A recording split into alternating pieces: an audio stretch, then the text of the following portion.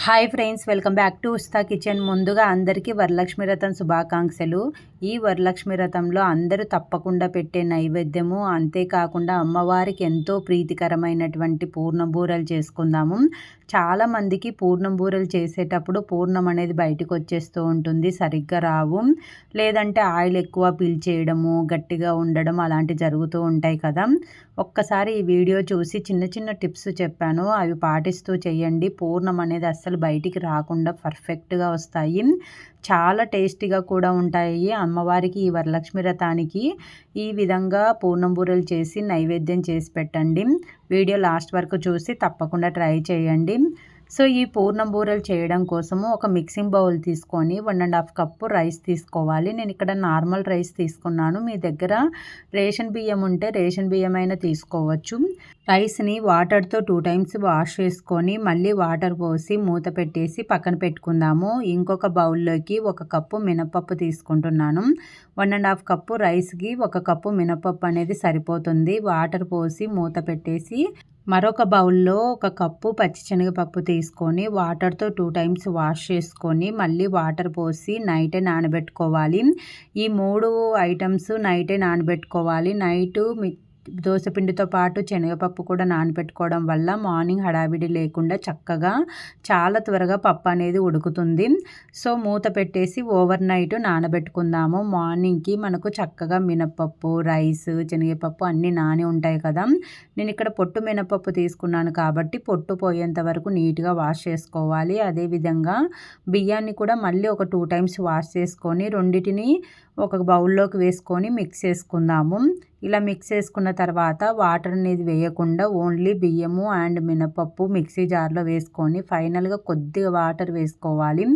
వీడియోలో చూపించే విధంగా కన్సిస్టెన్సీ అనేది ఇలా గట్టిగా ఉండాలి. పిండి అనేది జారుడుగా పట్టుకున్నాము అంటే మనకు పూర్ణానికి అనేది స్టిక్కీగా అవ్వకుండా జారిపోతుంది, అప్పుడు పూర్ణం అనేది బయటకు వచ్చేస్తుంది. వీడియోలో ఎలాగైతే గట్టిగా ఉందో దోసపిండి అనేది అలా గట్టిగా మిక్సీ పట్టుకొని ఒకసారి అంతా బాగా మిక్స్ చేసుకోవాలి. ఇలా మిక్స్ చేసుకున్న తర్వాత మూత పెట్టేసి పక్కన పెట్టుకుందాము. మనం మార్నింగ్ లేవగానే ఇలా దోసపిండి మిక్సీ పట్టుకుంటే రిమైనింగ్ ప్రసాదాలన్నీ అయ్యేలోపు దోసపిండి అనేది మనకు చక్కగా నానుతుంది. సో అలా మిక్సీ పట్టి పక్కన పెట్టుకుందాము. పప్పు కూడా మనం నైటే నానబెట్టుకున్నాం కాబట్టి మార్నింగ్ మళ్ళీ ఒకసారి వాష్ చేసుకొని ప్రెషర్ కుక్కర్లో వేసి పొంగు రాకుండా ఉండడం కోసం 1 table spoon oil, 2 cups water వేసుకొని 2 విజిల్ వచ్చేంత వరకు ఉడికించుకోవాలి. స్టీమ్ అంతా పోయిన తర్వాత ఇలా హోల్స్ ఉన్న బౌల్లోకి వేసుకొని వాటర్ అనేది సపరేట్ చేసుకోవాలి. పప్పు అనేది కూడా చక్కగా ఉడికి ఉంటుంది, మనం నైటే నానబెట్టుకున్నాం కాబట్టి. సో ఇలా వేడిగా ఉన్నప్పుడే మీరు కావాలంటే పప్పు గుత్తితో మెత్తగా స్మాష్ చేసుకోవచ్చు, లేదంటే కొద్దిగా గోరువెచ్చగా అయిన తర్వాత మిక్సీ జార్లో వేసుకొని మెత్తగా మిక్సీ పట్టుకొని 1 కప్పు పచ్చి శనగపప్పుకి 1 కప్పు బెల్లం వేసుకొని మంచి ఫ్లేవర్ కోసం 2 యాలకులు కూడా వేసి మెత్తగా మిక్సీ పట్టుకొని ఒక మందంపాటి కడాయిలోకి తీసుకోవాలి. ఇలా తీసుకున్న తర్వాత లో ఫ్లేమ్లోకి పెట్టుకొని మధ్య మధ్యలో కలుపుకుంటూ పూర్ణం అనేది గట్టిగా అయ్యేంత వరకు కలుపుకుంటూ ఫ్రై చేసుకోవాలి.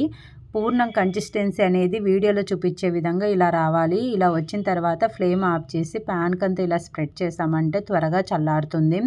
ఇలా స్ప్రెడ్ చేసి పక్కన పెట్టేసుకుందాము. రిమైనింగ్ ప్రసాదాలు కూడా చేసుకొని ఈ పూర్ణాలు అనేది లాస్ట్లో వేసుకోండి. అంతలోపు మనకు ఈ దోసపిండి కూడా చక్కగా నానుతుంది. ఒకసారి అంతా బాగా మిక్స్ చేసుకోవాలి. ఇలా చేయడం వల్ల పిండి కన్సిస్టెన్సీ అనేది కొద్దిగా లూజ్గా వస్తుందన్నమాట. ఇలా వచ్చిన తర్వాత ఎంతైతే మనకు అవసరం ఉంటుందో అంత మాత్రమే పిండిని తీసుకొని ఒక బౌల్లోకి వేసుకొని ఒక చిటికెడు సాల్టు, 1/2 టేబుల్ స్పూన్ వంట సోడా, 1.5 టేబుల్ స్పూన్ వరకు షుగర్ వేసుకోవాలి. వంట సోడా వేయడం వల్ల క్రిస్పీగా వస్తాయి. షుగర్ వేయడం వల్ల పైన లేయర్ అనేది గోల్డ్ కలర్ వస్తుందన్నమాట, వైట్గా కాకుండా.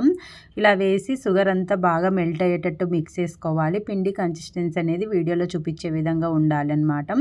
సో ఇది పక్కన పెట్టేసుకుందాం. అంతలోపు మనకు పూర్ణం కూడా చక్కగా గట్టిగా అయి ఉంటుంది. ఒక ప్లేట్లోకి తీసుకొని మీడియం సైజులో పూర్ణాలు అనేది రౌండ్గా చేసుకోవాలి. ఇలా చేసుకున్నాము అంటే దోసపిండిలో డిప్ చేసిన తర్వాత మరీ దుడ్డుగా కాకుండా మీడియం సైజులో పూర్ణాలు అనేది వస్తాయి. ఇలా చేసుకున్నటువంటి పూర్ణం లడ్డూని మనం దోసపిండిలో డిప్ చేసుకొని చేత్తో కానీ వీడియోలో చూపించే విధంగా స్పూన్తో కానీ వేడిగా ఉన్న ఆయిల్లో లో ఫ్లేమ్లోకి టర్న్ చేసుకొని 1 బై 1 వేసుకోవాలి. మీకు ఇన్ కేస్ అలవాటు లేదు, ఫస్ట్ టైం చేస్తున్న వాళ్ళైతే గిన స్పూన్తో వేసుకోండి. లేదు మీకు అలవాటు ఉంది అంటే మాత్రం చేత్తో వేసుకోండి. స్పూన్తో వేసుకున్నా చేత్తో వేసుకున్నా మీరు పర్ఫెక్ట్గా వస్తాయి, ఎలాగైనా వేసుకోవచ్చు. మనం చూసుకోవాల్సింది దోసపిండి అండ్ పూర్ణము 2 గట్టిగా ఉండాలన్నమాట.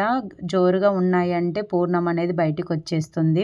వేసిన వెంటనే కదపకుండా కొద్దిసేపు ఫ్రై అయిన తర్వాత మీడియం ఫ్లేమ్లోకి టర్న్ చేసుకొని అటు ఇటు కలుపుకుంటూ వీడియోలో చూపించే విధంగా గోల్డ్ కలర్ వచ్చేంత వరకు వేయించుకొని తీసి పక్కన పెట్టుకోవాలి.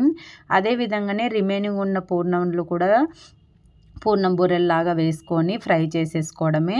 జస్ట్ మనకు దోసపిండి పట్టుకునే విధానంలో ప్లస్ పూర్ణం గట్టిగా చేసుకునే విధానాన్ని బట్టే ఉంటుందండి ఈ పూర్ణం బూరెలు అనేది. ఈ 2 టిప్స్ పాటించాము అంటే మీకు పర్ఫెక్ట్గా వస్తాయి, పూర్ణం అనేది బయటికి రాకుండా. ఇన్ కేస్ మీకు పూర్ణము జారుడుగా అయ్యింది, జోరుగా అయ్యింది అంటే కొద్దిసేపు ఫ్రై చేసాము అంటే గట్టిగా అయిపోతుంది. అదొక్కటి గుర్తుపెట్టుకోండి. సో ఇలా చేసుకొని అమ్మవారికి నైవేద్యంలాగా పెట్టవచ్చు. చాలా సింపుల్ కదా. ఒక్క పూర్ణం బూరె కూడా పూర్ణం అనేది బయటికి రాకుండా పర్ఫెక్ట్గా వస్తాయి. ఈ వరలక్ష్మి వ్రతానికి ఈ వీడియో చూసి ట్రై చేయండి, ఇంట్లో అందరికీ నచ్చుతాయి, పర్ఫెక్ట్గా వస్తాయి. మీకు ఈ వీడియో నచ్చినట్టయితే మీ ఫ్రెండ్స్ అండ్ ఫ్యామిలీ మెంబర్కి షేర్ చేయండి. అదేవిధంగా ఇలాంటి మరిన్ని వీడియోల కోసం మన ఉస్తా కిచెన్ ఛానల్ని సబ్స్క్రైబ్ చేసుకోండి.